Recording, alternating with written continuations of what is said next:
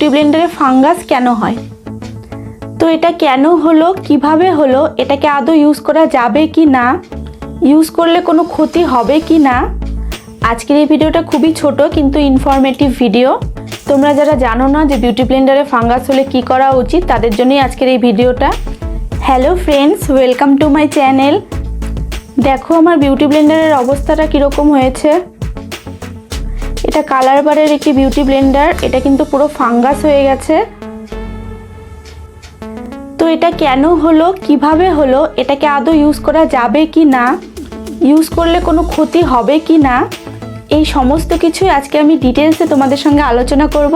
তার জন্য তোমাদেরকে ভিডিওটা সম্পূর্ণ দেখতে হবে। তো চলো ভিডিওটি শুরু করি। তো প্রথমেই আলোচনা করব বিউটি ব্লেন্ডারে ফাঙ্গাস কেন হয়।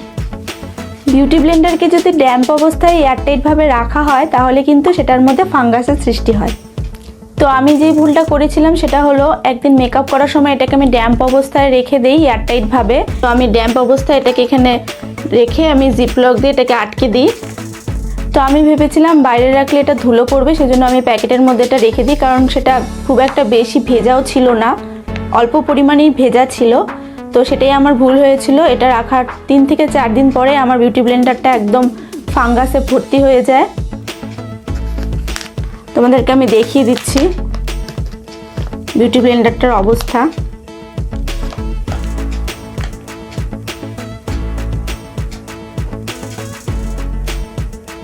তোমরা দেখতেই পাচ্ছ বিউটি ব্লেন্ডারটার কি অবস্থা হয়েছে।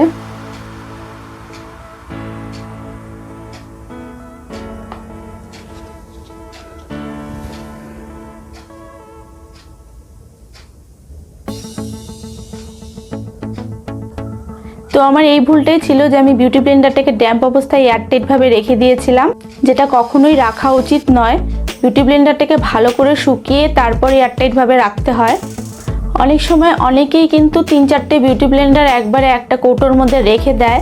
তো মেকআপ করার পরে একটু ড্যাম্প অবস্থায় যদি থাকে আর সেটাকে যদি এয়ারটাইটভাবে রাখা হয়, আর তার পাশে যদি 3-4টে শুকনো বিউটি ব্লেন্ডারও থাকে কিংবা একটি বিউটি ব্লেন্ডারও থাকে, তাহলে ড্যাম্প বিউটি ব্লেন্ডারের মধ্যে ফাঙ্গাস তো পড়বেই, তার সাথে বাকি যে বিউটি ব্লেন্ডারগুলো আছে সেগুলোর মধ্যেও কিন্তু ফাঙ্গাস পড়বে।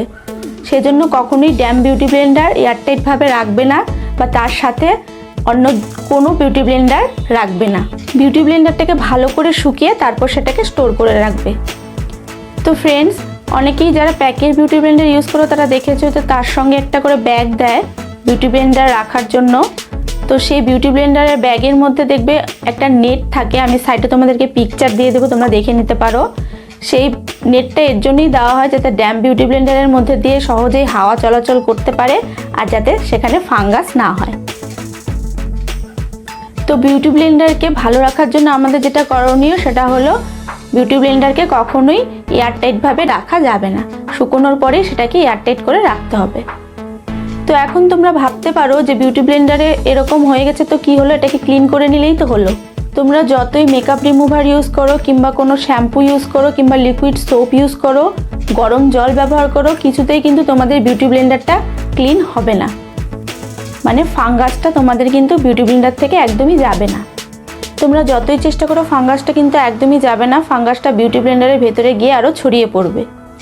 কাজেই বিউটি ব্লেন্ডারকে ক্লিন করে কোনো লাভ হবে না। তোমরা যদি তাও জোর করে বিউটি ব্লেন্ডারকে ধুয়ে নিয়ে সেটাকে ইউজ করতে থাকো তাহলে কিন্তু তোমাদের স্কিনের অনেক রকম ক্ষতি হতে পারে।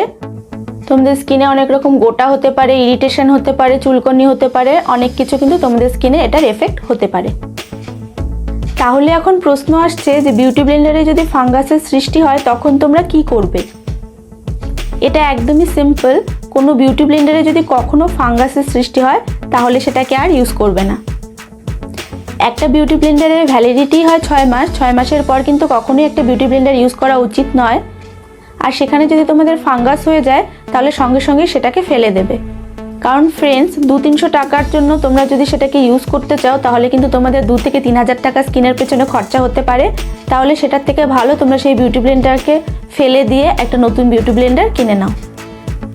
ফ্রেন্ডস, কালার বারের এই বিউটি ব্লেন্ডারগুলো খুবই ভালো হয়, এটার প্রাইসও খুব একটা বেশি না, আন্ডার 150 রুপিসের মধ্যে আমি এটাকে পেয়ে গেছিলাম। আর সত্যি বলছি এই বিউটি ব্লেন্ডারগুলো খুবই ভালো, এটাকে আমি এর আগে অনেকবার ইউজ করেছি।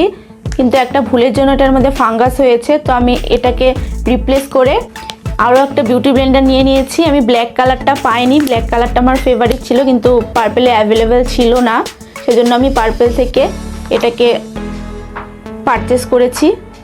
তো এটা দেখতে পাচ্ছ তোমরা একদম সিল প্যাক করা আছে, এখন আমি এটাকে খুলিনি। তো আমি এরপরের মেকআপ ভিডিওতে এটাকে ইউজ করব। ফ্রেন্ডস, তোমরা চাইলে আমাকে ইনস্টাগ্রামেও ফলো করতে পারো। আমার ইনস্টাগ্রাম আইডি হলো shai.nglow, আমি এখানে দিয়ে দিচ্ছি।